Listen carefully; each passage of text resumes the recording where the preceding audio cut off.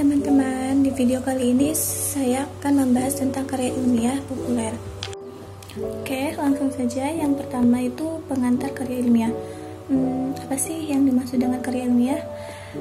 Jadi menurut Ajat Rukajat, karya ilmiah adalah suatu produk dalam bidang penelitian dan pengembangan yang memuat dan mengkaji suatu masalah dengan menggunakan kaidah keilmuan. Fungsi karya ilmiah ada 3. Yang pertama penjelasan, pengawasan, dan ramalan. Sedangkan karakteristik karya ilmiah juga ada 3. Yang pertama rasional, objektif, dan tidak memihak. Sifat karya ilmiah. Yang pertama lugas, tidak emosional. Yang kedua logis. Yang ketiga efektif. Yang keempat efisien. Dan yang kelima bahasa yang baku. Jenis-jenis karya ilmiah. Yang pertama tesis, yang kedua skripsi, yang ketiga disertasi, yang keempat makalah, yang kelima artikel, terus yang keenam laporan dan penelitian lainnya. Selanjutnya ada tahapan dalam menulis. Yang dimaksud dengan menulis itu adalah suatu kegiatan komunikasi berupa penyampaian pesan atau informasi secara tertulis. Menulis, persiapan, penulisan, revisi, dan publikasi.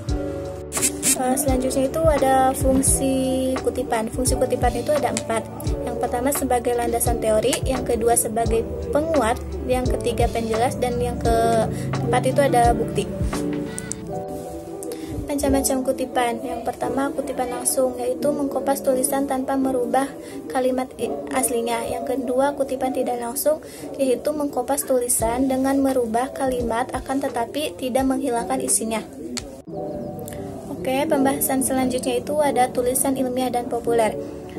Karya tulis ilmiah dan populer yaitu karya yang berstandar pada ilmiah tetapi ditampilkan dengan bahasa umum yang mudah dipahami. Contoh ilmiah populer yaitu ada koran, majalah, esai, dan biografi, buku motivasi. Adapun perbedaan ilmiah populer dengan ilmiah murni. Ilmiah populer itu menggunakan bahasa yang sederhana, tidak terikat dengan aturan, dimuat surat kabar, majalah, dan buku motivasi. Ilmiah populer digunakan untuk semua masyarakat atau dapat dimanfaatkan oleh semua kalangan masyarakat. Sedangkan ilmiah murni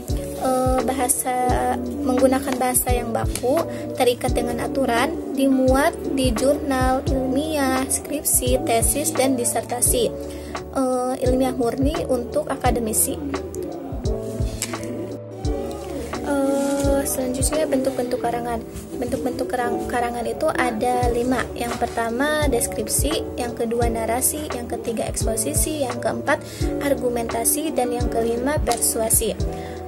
Adapun struktur penulisan populer itu ada judul, nama, pendahuluan, isi atau pembahasan, dan yang terakhir itu ada simpulan atau penutup.